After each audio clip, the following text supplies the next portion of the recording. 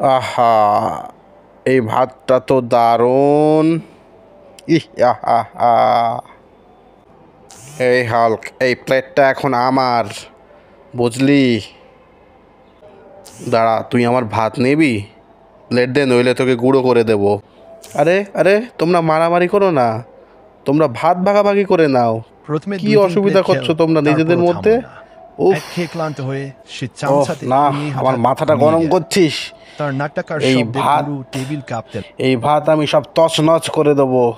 আমি হলাম হাল্ক, আমার মাথা সব সময় গরম। তোরা বুঝছিস না আমি কি করবো এক্ষুনি।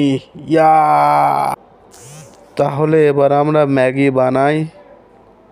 হ্যাঁ, ম্যাগি, চলো সবাই একসাথে বানাই।